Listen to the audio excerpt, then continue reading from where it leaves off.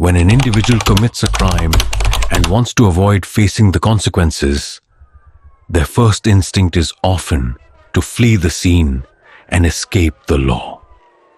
The idea is to run as far away as possible, to a place where they can't be caught and brought to justice. However, this is not always a successful strategy, as law enforcement agencies are equipped with the resources and expertise to track down and apprehend fugitives. In today's video, we will be exploring the fascinating and often shocking stories of the FBI's most wanted fugitives who have managed to escape from correctional facilities or police custody while being held for interrogation and questioning. These individuals have gone to great lengths to avoid facing the music, and their cases are a testament to the cat and mouse game that often plays out between law enforcement and those who seek to evade justice. As we delve into the list of these fugitives, we will examine the circumstances surrounding their crimes, their daring escapes, and the ongoing efforts of the FBI to track them down and bring them to justice. From clever disguises to elaborate escape plans, these fugitives have stopped at nothing to remain at large, but the FBI is hot on their trail, and it's only a matter of time before they are caught and held accountable for their actions.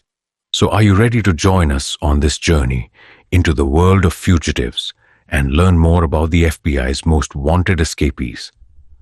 Let's get started and dive into the list.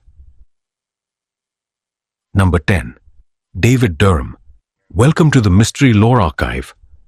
A big thank you to all our wonderful viewers and subscribers for tuning into our videos.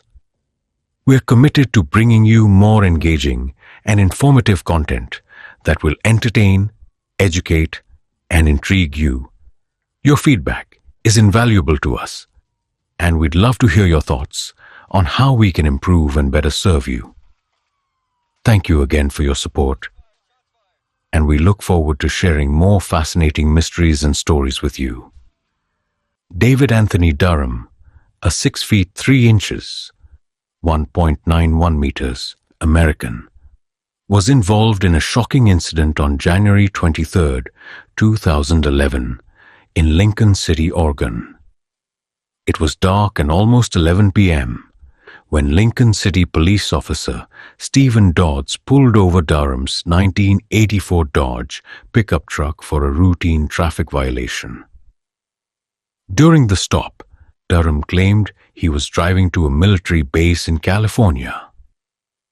However, the situation took a turn for the worse when Durham shot Officer Dodds multiple times in the chest, critically injuring him.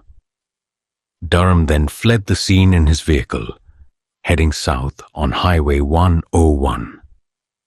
Responding police officers spotted Durham's vehicle in Newport and deployed a spike strip near Walport, just north of the Alsea Bay Bridge, to disable his vehicle. With his vehicle no longer drivable, Durham abandoned it and fled on foot into the woods on the west side of the highway. His dog, which was in the vehicle, ran off in the opposite direction to the east. Later that night, a crab fisherman working in the area reported hearing gunshots coming from the sand spit, but was unable to see the gunman due to the darkness. The search for Durham continued, but he remained at large. 3 days after his disappearance, his dog was found wandering in Walport, Oregon, but there was no sign of Durham himself. In the aftermath of David Anthony Durham's disappearance, a massive search effort was launched by local, state, and federal law enforcement officers, including SWAT teams. The search was extensive, with police conducting a house-by-house search in Walport and Bayshore, a community located just north of Alsea Bay. Despite the thorough search, authorities were unable to locate Durham, and there have been no confirmed sightings of him since the evening of January 23, 2011. Initially, Law enforcement officials speculated that Durham might be hiding in an abandoned house in the woods or in one of the many vacant vacation homes in the area. Another possibility considered by investigators was that Durham had attempted to swim across Alsea Bay and drown. A friend of Durham's reported that in the months leading up to his disappearance, he had been acting erratically and displaying signs of paranoia, saying he was definitely going through something. We just didn't know how serious it was. The friend also expressed her belief that Durham was likely dead. A federal arrest warrant was issued for Durham on January 29, 2011, and as of February 2024, it remains outstanding. Durham's case was also profiled on the television series America's Most Wanted shortly after his disappearance, in an effort to generate leads and bring attention to the case. Despite these efforts, Durham's whereabouts remain unknown, and the search for him continues. Number 9. Swami Prakash and Saraswati. Swami Prakashanand Saraswati was born in 1929 in Ayodhya, India, into a Brahmin family. From a young age, he was deeply devoted to his spiritual pursuits, and as a youth, he became a reclusive mystic in search of a higher power. He completed his studies, and at the age of 21, he renounced worldly life and took the order of sannyasa from his guru, Kripalu Maharaj. In 1952, he was offered the prestigious position of Jagadguru Shankaracharya of Jyotirmath, but he declined the offer. Swami Prakashanand Saraswati founded the International Society of Divine Love in India in 1975, marking the beginning of his efforts to spread his spiritual teachings and philosophy. The Society's reach expanded to New Zealand in 1978, and later, Swami Prakashanand Saraswati traveled to America, where he established an ashram for his devotees and disciples. By 1981, Swami Prakashanand Saraswati had gained recognition as a distinguished sage and saint, and he conceived of creating a global mission to promote his teachings. As part of this mission, he established religious centers in several countries, including India, England, Ireland, Singapore, New Zealand, and Australia. In addition to his work in establishing these centers, Swami Prakashanand Saraswati has also made significant contributions to Hindu literature.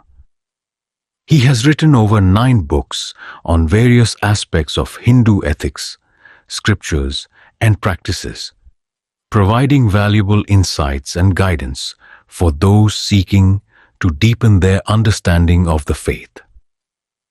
Furthermore, Swami Prakashanand Saraswati has represented the Hindu religion at the prestigious Millennium World Peace Summit, demonstrating his commitment to promoting peace, harmony, and interfaith understanding. Through his writings, teachings, and global mission, Swami Prakashanand Saraswati has left a lasting impact on the spiritual landscape, inspiring countless individuals around the world to explore the depths of Hinduism and its timeless wisdom. Years later, in 2007, 3 former residents of Barsana Dham, Radha Madhav Dham in Texas, who were between 27 and 30 years old at the time, came forward to the Hayes County Police with allegations of child abuse against Saraswati.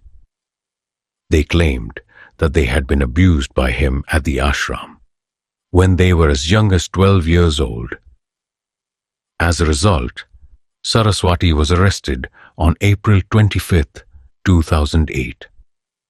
The case against Saraswati went to trial, and on March 4, 2011, a 12-person jury delivered a guilty verdict convicting him of 20 counts of child molestation after only 50 minutes of deliberation. Following his conviction, Saraswati was released on a $10 million bond, which was provided by TV infomercial entrepreneur Peter Spiegel. As a condition of his bond, Saraswati was barred from entering the Barsanadam ashram. After the disappearance of its founder, the Barsanadam ashram changed its name in April. During Swami Prakashanand Saraswati's trial, prosecutors were criticized for losing evidence, including a video of an accuser's testimony and damaged computers. Saraswati's lawyers considered the video crucial for impeaching the accuser's testimony.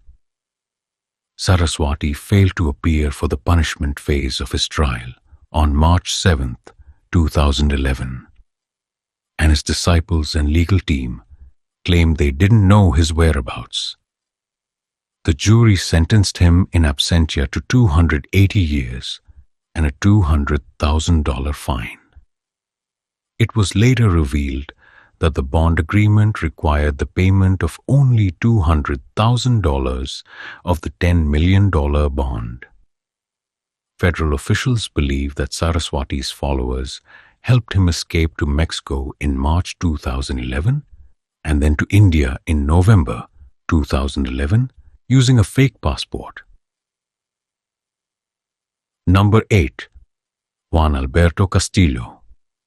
Juan Alberto Castillo was born on November 26, 1998 in Arizona and is fluent in both English and Spanish. In 2016, at the age of 17, Castillo worked at a Showmaz restaurant in Charlotte, North Carolina, where he met his co-workers, 23-year-old Truquan, Sandy Lee Lay, and 19-year-old Amia Feaster. Castillo and Lay had a brief romantic relationship, during which Lay lent him some money that he never repaid. After their split, Castillo started dating Feaster. On August 9, 2016, Castillo texted Lay, claiming he wanted to repay the debt he owed her. Lay agreed to meet him at a Quick Trip, located on Eastway Drive in Charlotte. Feaster picked up Castillo that afternoon in her red Dodge Caliber and drove him to the meeting. Lay was last seen alive at the Quick Trip, where she had agreed to meet Castillo. However, instead of repaying her, investigators believe that Castillo forced Lay to withdraw all the money from her bank account, possibly at gunpoint. According to Lay's uncle, her bank statements showed that she had withdrawn $1,000 from an ATM, leaving no remaining balance in her account. It is believed that Castillo then drove Lay to a wooded area in Cabarrus County, where he shot her once in the head, killing her. Her body was later found dumped in a ravine. Castillo and Feaster fled the scene in Lay's black 2003 Toyota Corolla. After the murder, the couple drove from North Carolina to Phoenix, Arizona, where they abandoned Lay's car at a bus shelter. The vehicle was later found on August 15th. Castillo and Feaster then made their way to Nogales, Arizona, where they crossed the border into Mexico. Surveillance footage captured images of Castillo crossing the border, and he has not been seen since. Investigators believe that Castillo is still hiding in Mexico, possibly in the cities of San Francisco de los Romo or Pabellón de Arteaga in the state of Aguascalientes. He may also be hiding in the states of Guanajuato or Veracruz. The search for Castillo continues, and authorities are working to bring him to justice for the murder of Truquan Sandy Lili. On August 17, 2016, the body of Truquan Sandy Lili was found in a wooded area in Cabarrus County, shot once in the head. Investigators believe the motive was robbery. Castillo was charged with first-degree murder on November 2, 2016, and later with unlawful flight to avoid prosecution on February 10, 2017. Amia Feaster, Castillo's girlfriend, turned herself in to authorities in Mexico on October 20th, 2016, and was extradited to the US 2 days later. She was charged with accessory after the fact of felony murder and larceny of a motor vehicle, and was released on bond in January 2017. According to Feaster, she and Castillo had been staying with his cousins in Mexico, but he disappeared after 2 months, going missing once again. Castillo was featured on the February 26th, 2024 episode of America's Most Wanted. The FBI has offered a reward of $250,000 to anyone who gives information leading to his arrest. Number 7. Ruja Ignatova. Ruja Ignatova was born in 1980 in Rus, Bulgaria, to a Romani family. She moved to Germany with her family at the age of 10 and spent part of her childhood in Schramberg. In 2012, she was convicted of fraud in Germany and received a suspended sentence of 14 months imprisonment. Ignatova was involved in several questionable business ventures, including a multi-level marketing scam called Bitcoin in 2013 and a pyramid scheme called OneCoin in 2014. However, it was her involvement in OneCoin that ultimately led to her downfall. On October 25th, 2017, Ignatova disappeared after traveling from Bulgaria to Athens, reportedly after being tipped off about increasing police investigations into OneCoin. In 2019, her brother Konstantin Ignatov pleaded guilty to fraud and money laundering in connection with the scheme. In 2022, German prosecutors launched an investigation into Ignatova for possible money laundering, specifically the transfer of 7.69 million euros into one of her private accounts in 2016. As a result, the German Federal Criminal Police Office issued a €5,000 reward for information leading to her arrest, and an Interpol Red Notice was issued. Ignatova was also added to Europol's Most Wanted list, although it was later removed under unknown circumstances. Ruja Ignatova, the infamous crypto queen, has been on the run for years, and the FBI has been hot on her trail. She was added to the FBI's 10 Most Wanted Fugitives list in 2022, and the agency has been working tirelessly to track her down. The FBI even increased the reward for information leading to her arrest from $250,000 to $5 million in June 2024. But here's the thing. There are rumors that Ignatova might not be alive anymore.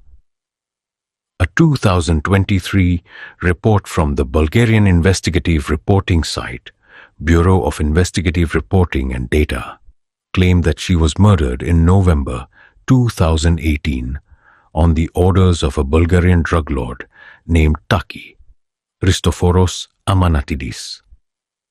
The alleged murderer, Hristo Hristov, is currently serving a sentence in a Dutch prison for drug trafficking.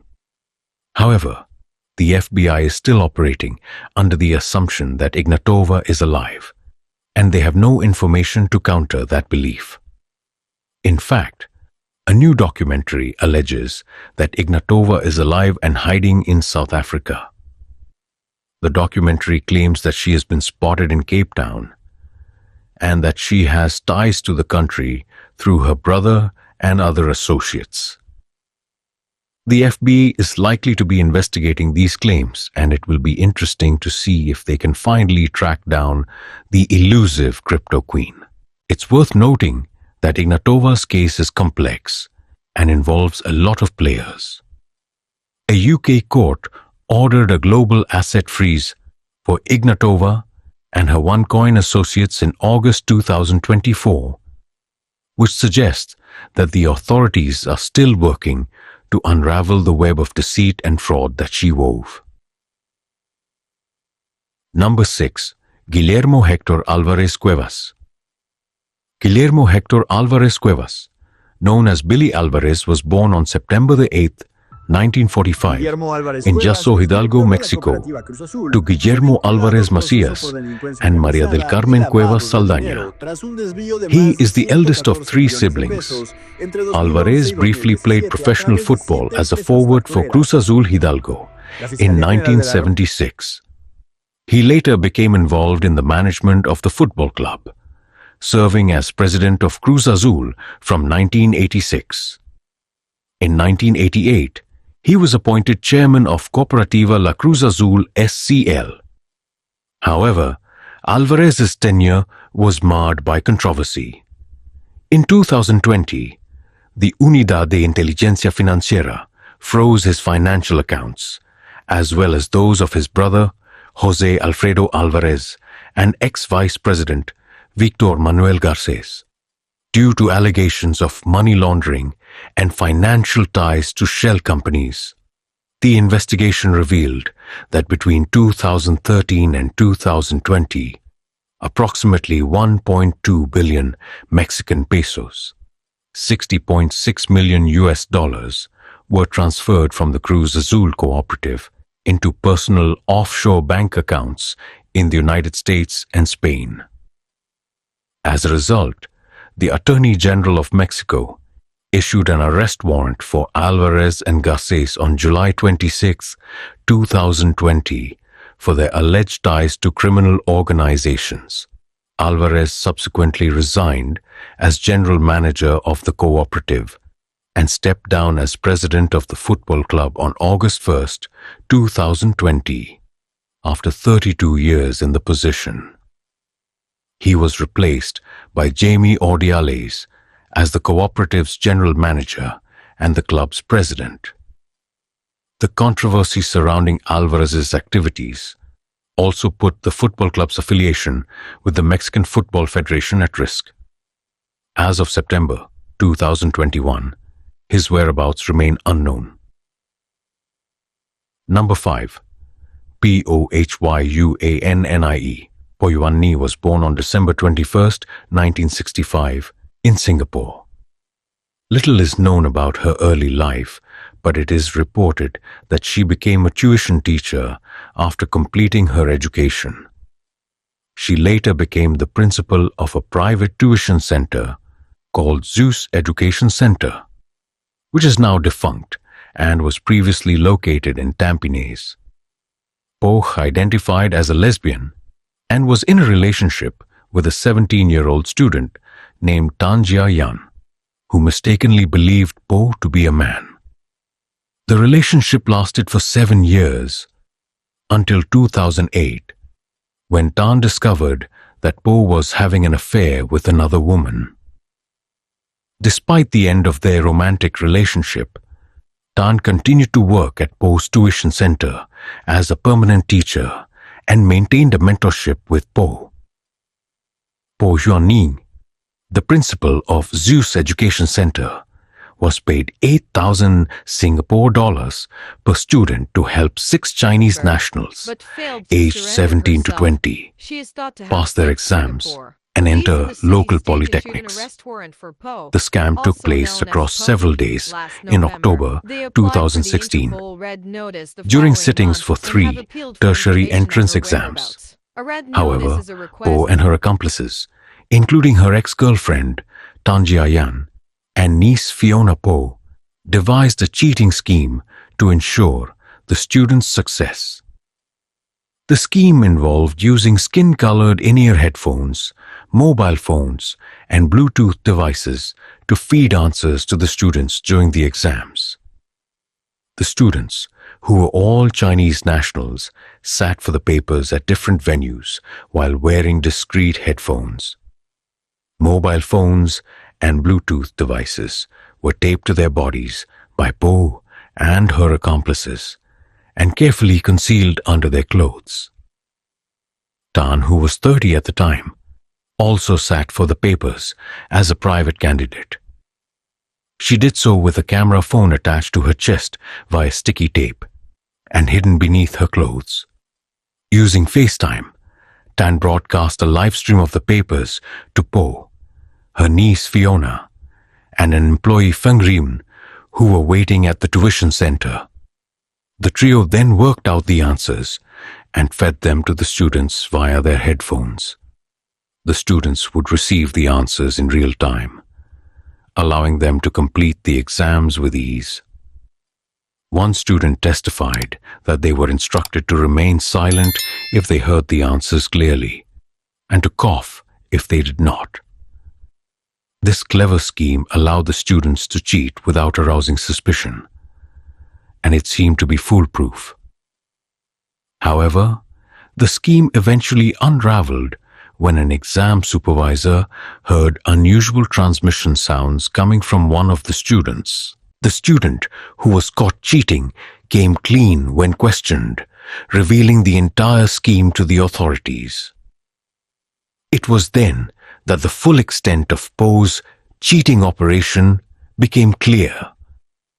The prosecution argued that Po and her accomplices had engaged in a sophisticated and well-planned scheme to cheat the system. They had used advanced technology to feed answers to the students and had taken steps to conceal their actions. The prosecution also argued that Po and her accomplices had shown a blatant disregard for the integrity of the exam system and had undermined the principle of meritocracy. In 2020, Po, her niece, and Feng were convicted of 27 counts of cheating and jailed for between 2 and 4 years. Tan was jailed for 3 years in 2019 for her role in the scheme. The judge who presided over the case emphasized the importance of protecting the sanctity of national exams and upholding the principle of meritocracy. He stated that the rich cannot procure exam results through cheating and that the notion that students can buy their way to success is offensive. Po, a former principal of a local tuition center, was set to start serving a 4-year prison sentence, September 2020, but failed to turn herself in. Authorities believe she has left Singapore. In November, Singaporean police issued a warrant for her arrest, and by December, they had requested an Interpol red notice to assist in locating her. This red notice serves as a global alert, urging law enforcement agencies across the world to find and detain her pending extradition or other legal proceedings. Police have also called on the public to provide any information about her current location. Number 4. Jan Marsalek. Marsalek, a former Austrian executive, is a central figure in the Wirecard scandal that rocked the financial world in 2020. Born in Austria, he left high school without earning a diploma and launched his first venture, a software company specializing in e-commerce, at just 19 years old. His grandfather, Hans Marsalek, had ties to the Austrian resistance during World War II and was later suspected of being a Soviet spy. Marsalek's association with Wirecard began in 2000, when he was hired for his expertise in warp technology. Over the years, he climbed the corporate ladder, becoming Chief Operating Officer and joining the Executive Board in February 2010. His tenure ended abruptly on June 18, 2020, when the entire executive team was dismissed amid allegations of financial misconduct. Soon after, Marsalek vanished, claiming he would travel to the Philippines to clear his name.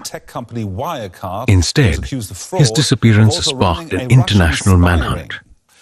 German authorities identified Marsalek as a key player in the Wirecard scandal, which involved fraudulent financial reporting that ultimately caused the company's collapse.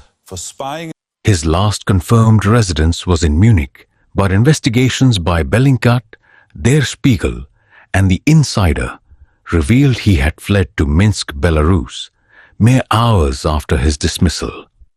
By July 2020, reports suggested he was in Russia, allegedly under the protection of the GRU. Handelsblatt reported he was residing in a mansion near Moscow, while Die Welt indicated he was at a training facility linked to the FSB in Balashika, a Moscow suburb. In August 2020, Interpol issued a red notice at Germany's request, urging global law enforcement to locate and detain Marsalek for extradition. Despite official Russian denials of knowledge about his location, investigations in 2021 suggested he was still in Russia, living under FSB protection at Meindorf Castle. Reports also indicated he had obtained Russian citizenship and possessed multiple false passports, further complicating efforts to bring him to justice. A 2023 investigation revealed that Jan Marsalek had been operating as a Russian intelligence agent for at least 10 years. The probe, conducted by journalists from Germany, Austria, and Russia, uncovered that Russian special services had provided Marsalek with a false identity in 2020, presenting him as Konstantin Bayazov, an Orthodox priest. This fabricated identity came with a Russian passport and was based on the real identity of an Orthodox priest from Lipetsk, who bore a physical resemblance to Marsalek. Central to the scheme was Natalia Zlobina, who became romantically involved with Marsalek. Investigators suggested she may have been deployed as a honey trap. Zlobina reportedly met Marsalek casually, but by 2014 had introduced him to his GRU handler, Stanislav Petlinsky, further solidifying his ties to Russian intelligence operations. Number 3. Eugene Palmer. A devastating family feud ultimately led to a tragic confrontation, resulting in the loss of a life. At the center of the conflict was Eugene Palmer, a man with a seemingly ordinary life who resided next to his son John and daughter-in-law Tammy in Stony Point, New York. However, beneath the surface, tensions were simmering. John and Tammy's marriage was crumbling, and they had begun to see other people, causing a rift in the family.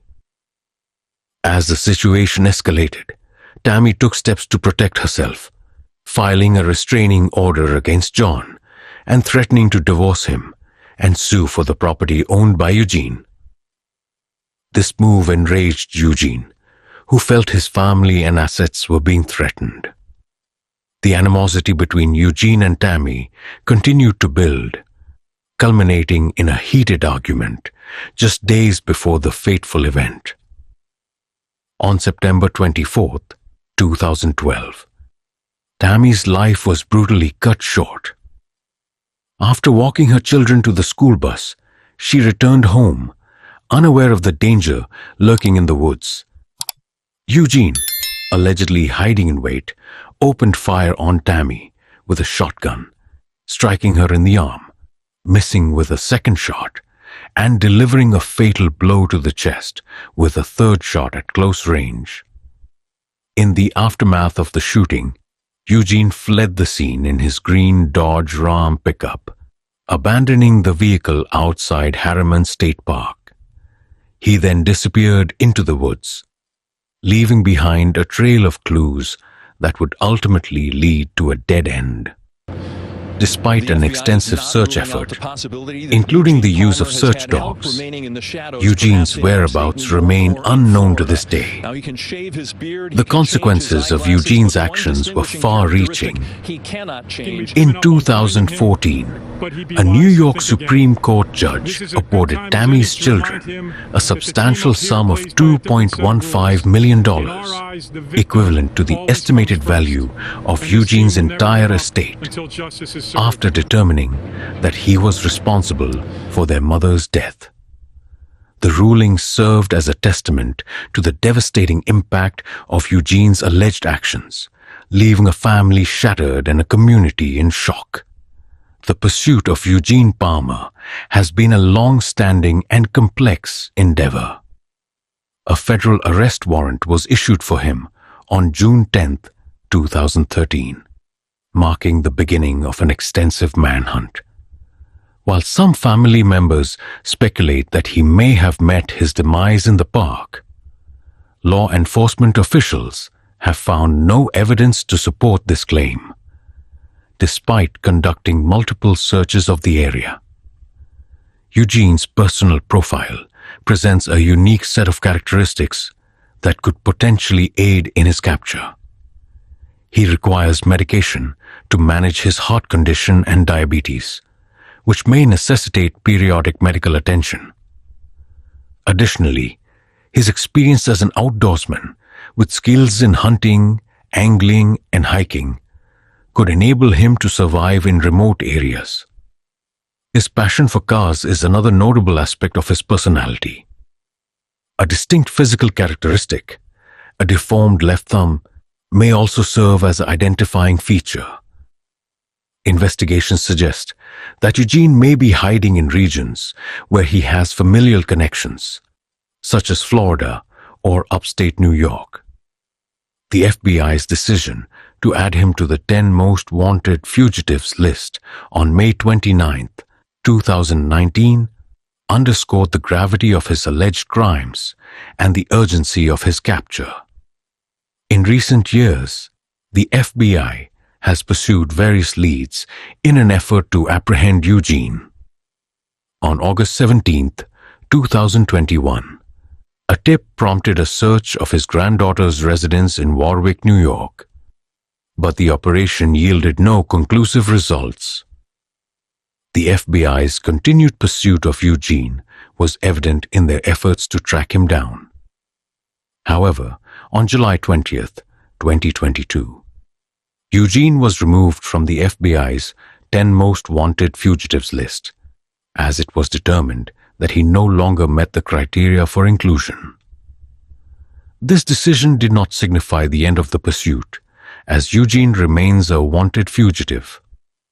His removal from the list was followed by the addition of a new individual, Omar Alexander Cardenas, who now occupies a spot on the list. Despite the changes, the FBI's commitment to capturing Eugene remains unwavering, and he continues to be a priority target for law enforcement. Number 2. Omar Alexander Cardenas. Omar Alexander Cardenas, also known as Dollar, is a 28-year-old American fugitive and a suspected member of the Pierce Street Gang in Los Angeles. He was added to the FBI's 10 most wanted fugitives list on July 20, 2022, for the murder of 46-year-old Jabali Dumas, as well as for unlawful flight to avoid prosecution. Cardenas is believed to be associated with the Pierce Street Gang, but may also have ties to the Pacoima Van Nuys Boys or the Anybody Killers Gang. The crime that led to Cardenas' inclusion on the list occurred on August 15, 2019. He is suspected of shooting and killing Dumas outside the Hair Icon barbershop in the Silma neighborhood of Los Angeles, California. According to LAPD Chief Machel Moore, Cardenas fired 9 shots at Dumas from a distance of about 30 feet, hitting him in the head. Dumas died at the scene, and Cardenas was seen fleeing the area in his vehicle. It remains unclear if the suspect and victim were acquainted before the shooting. Cardenas was charged with murder in April 2020 and later charged with unlawful flight to avoid prosecution in September 2021. The FBI believes he may have fled to Mexico or could be hiding in Southern California, where he has family and friends. He may also be working as a construction laborer. Cardenas is described as armed and dangerous. He's known to wear glasses and have a beard. He has dark brown hair, dark brown eyes, and is estimated to weigh between 240 and 300 pounds. His height is reported to be between 5 feet 6 inches and 5 feet 7 inches. The murder significantly affected the local community, as it occurred in a strip mall, a place where people often gathered to shop and socialize. LAPD Chief Michelle Moore stated, "This murder occurred in a strip mall, where people come to shop and interact with their neighbors at the barber shop, impacting an entire community. The FBI is actively seeking information that could lead to Cardenas' capture and is offering a reward of up to $250,000 for any relevant tips. Those with information are urged to contact their local FBI office or call the FBI tip line at 1-800-CALL-FBI. Number 1. Evelyn Martinez. Evelyn Martinez, a 33-year-old woman originally from Torrance, California, is currently wanted by law enforcement for several serious crimes, including murder, attempted murder, and fleeing prosecution. Born on December 30th, 1991, Martinez is known to have distinct tattoos that could assist in identifying her. The word Socorro is tattooed on her stomach. South Los is located elsewhere on her body, and LA is inked on her left arm. Authorities believe she has been residing in Mexico, where she has established connections. Martinez is also a known member of a gang and has been accused of involvement in a murder and attempted murders dating back to 2009. The criminal charges stem from an incident on December 28, 2009, in Los Angeles. Martinez is alleged to have driven her boyfriend, Steven Aguilar Medina, into a neighborhood controlled by a rival gang. After stopping the van, Aguilar Medina reportedly exited the vehicle, approached two individuals standing outside a residence, shouted a gang-related phrase, and opened fire, striking both individuals. One victim was killed while the other survived the attack. Following this event, the Superior Court of California filed charges against Martinez for murder and attempted murder. A state warrant for her arrest was issued shortly thereafter. On March 3, 2010, the United States District Court for the Central District of California also issued a federal warrant for her arrest, citing unlawful flight to avoid prosecution. Martinez is classified as armed and dangerous, and authorities urge the public not to confront her under any circumstances. The FBI, along with other law enforcement agencies, is actively pursuing leads to locate and apprehend her. If anyone has information regarding her whereabouts, it is critical to report it to law enforcement immediately to aid in her capture and ensure justice is served.